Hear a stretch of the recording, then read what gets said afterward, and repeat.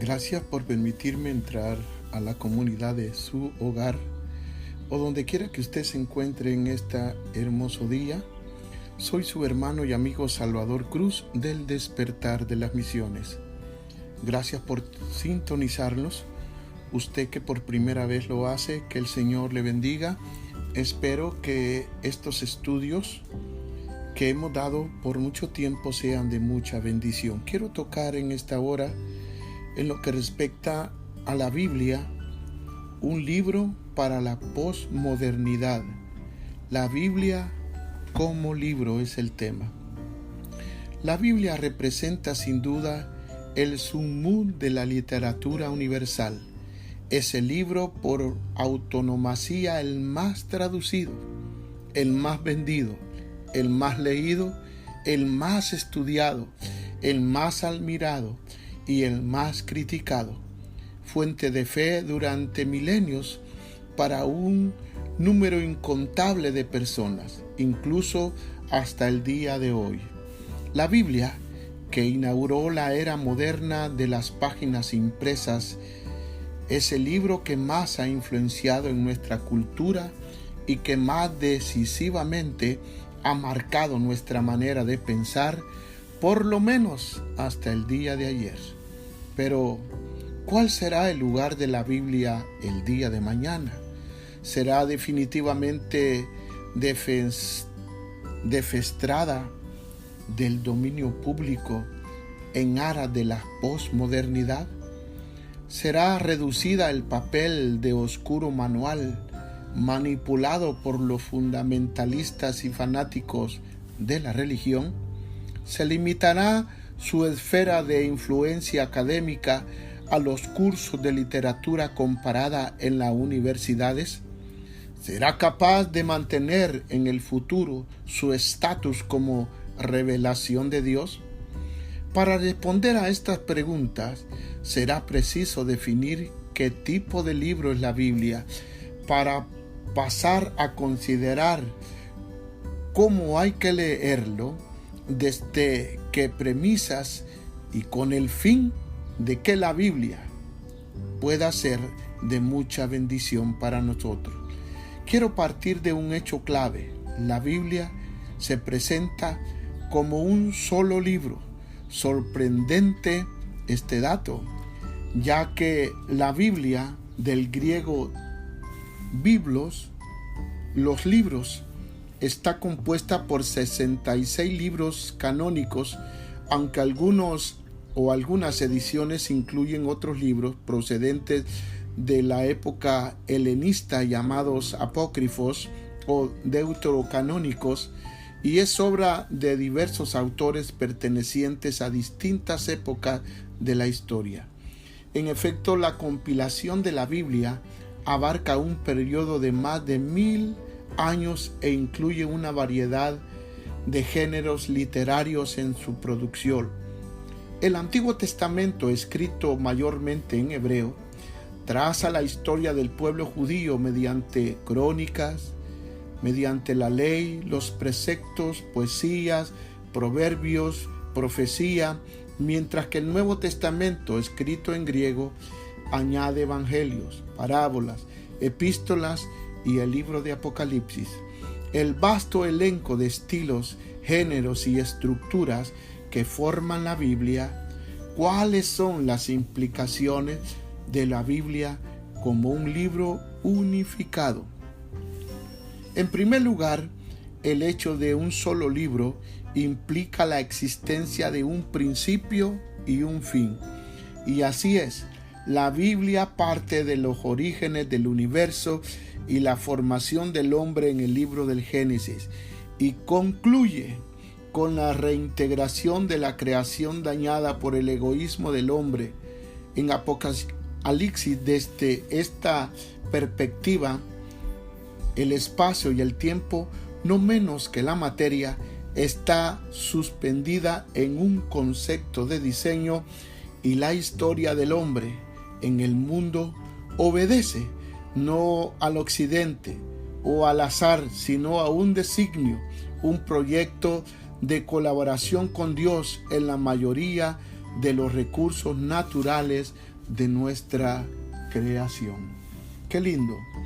En segundo lugar, implica la presencia de un hilo conductor, un principio integrado que permite una lectura coherente en la Biblia, no en detrimento de su variedad literaria, sino gracias precisamente a la multiplicidad de las partes que conforman este libro sagrado.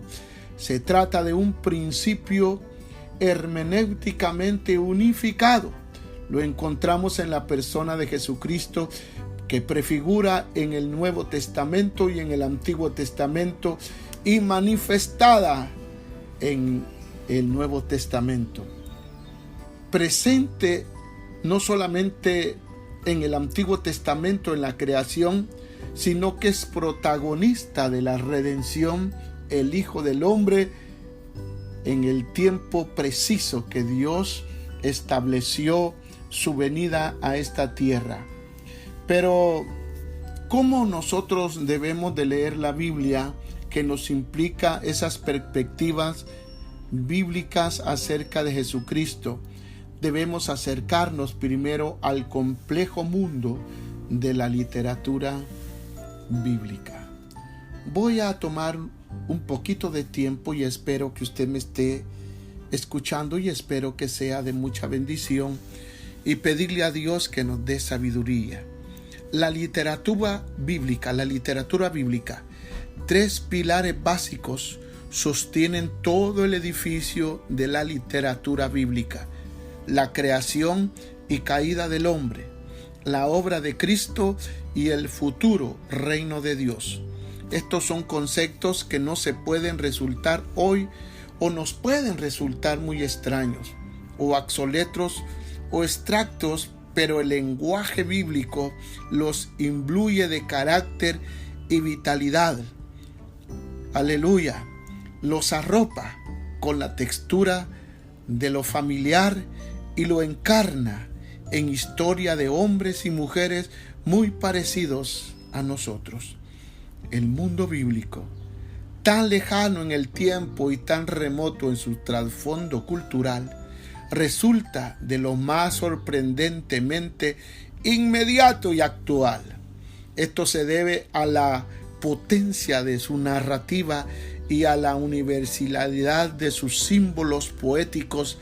Veamos, por ejemplo, 4 de los libros más lindos en el Antiguo Testamento: Génesis, el libro de los Salmos, Isaías, y en el Nuevo Testamento el Evangelio de Juan.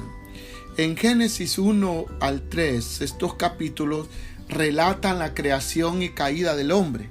Este pasaje forma la base absoluta de la premisa religiosa, y aunque se haya visto sometido a una gran diversidad de asaltos interpretativamente a lo largo de los tiempos, sigue estando presente en el gran debate sobre los orígenes, que continúa y nunca con mayor intensidad en el día de hoy. ¿Por qué? Bueno, la razón se encuentra en lo intemporal de su lenguaje y en su capacidad de generar metáforas y símbolos universales, lo que hoy es conocido como el Big Bang. Génesis lo atribuye a la palabra autoritaria del Creador, donde la ciencia detecta diseños en el universo, aunque solo lo llame apariencia de diseño. Génesis describe en lenguaje poético 6 días de actividad. Esos 6 días de actividad creativa se ponen de manifiesto una clara intensidad objetiva, donde la ciencia plantea hipótesis de un aleatorio proceso macroevolutivo que culmina en el horno, pero Génesis establece la unicidad original del hombre como imagen y semejanza de Dios. Se trata de 2 maneras de describir e interpretar el fenómeno de otro modo inexplicable de nuestra presencia en el mundo, porque es algo complejo. La ciencia describe el universo desde su legítima perspectiva, empleando sus métodos apropiados y su propia terminología, aunque no está legítimamente para pronunciarse sobre la existencia de un creador.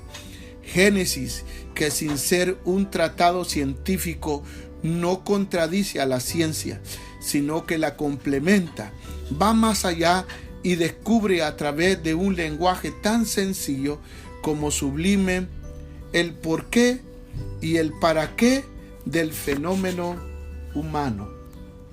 Confundir estos dos planos es hacer una mala lectura del Génesis. Un flaco favor a la ciencia es reconocer el valor del Génesis. Es abrir un campo de visión imprescindible para dotar el sentido de la vida de todos nosotros como seres humanos. Ahora bien, el lenguaje del Génesis desde la visión edémica del mundo animal y vegetal y mineral se centra de inmediato a la problemática del hombre que busca su identidad perdida. A partir de la caída del hombre, la Biblia traza las peripecias del hombre nómada, errante, que a través de Abraham forma un pueblo, Israel. De Moisés recibe una ley moral y bajo Josué conquista una tierra prometida. Ahí se establece una monarquía y su rey más emblemático, David, en su célebre Salmo 23, cantó la bienaventuranza del hombre que se reacciona de nuevo en esa relación con su Dios. Su lenguaje resuena en los ecos del paraíso perdido. Y dice así: Jehová es mi pastor y nada me faltará. En lugares de delicados pastos me hará descansar. Junto a aguas de reposo me pastoreará. Es difícil imaginar un poema más perfecto, tanto en su belleza formal como en el alcance trascendental de su contenido. El salmista habla de un pastor divino que le acompaña en todos los avares de su vida, ahora y en la eternidad. Es el pastor que da su vida por sus ovejas. El profeta Isaías evoca esa pasión, evoca esa muerte y resurrección de aquel Mesías en su célebre capítulo 53. Despreciado y desechado entre los hombres, varón de dolores, experimentado en quebranto, y como es que escondimos de él el rostro, fue menospreciado y no le estimamos. Ciertamente llevó él nuestras enfermedades y sufrió nuestros dolores, y nosotros le tuvimos por azotado, por herido de Dios y abatido. Mas él herido fue por nuestras rebeliones, molido por nuestros pecados. El castigo de nuestra paz fue sobre él, y por su llaga fuimos nosotros curados.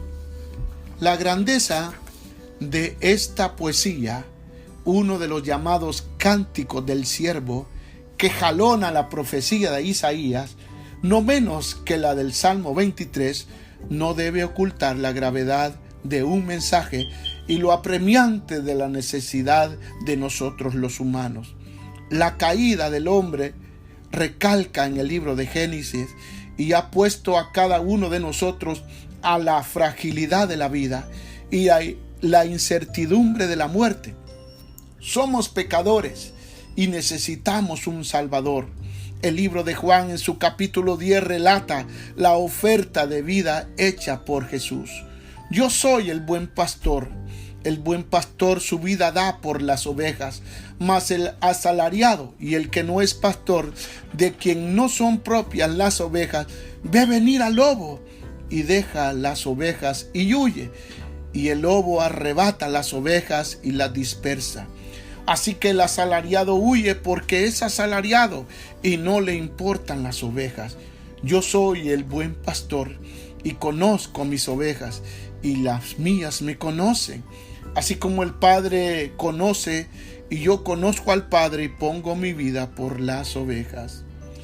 En la vida y pasión muerte y resurrección de Jesucristo culmina la literatura bíblica. ¿Hasta qué punto es así? Que el Señor te bendiga.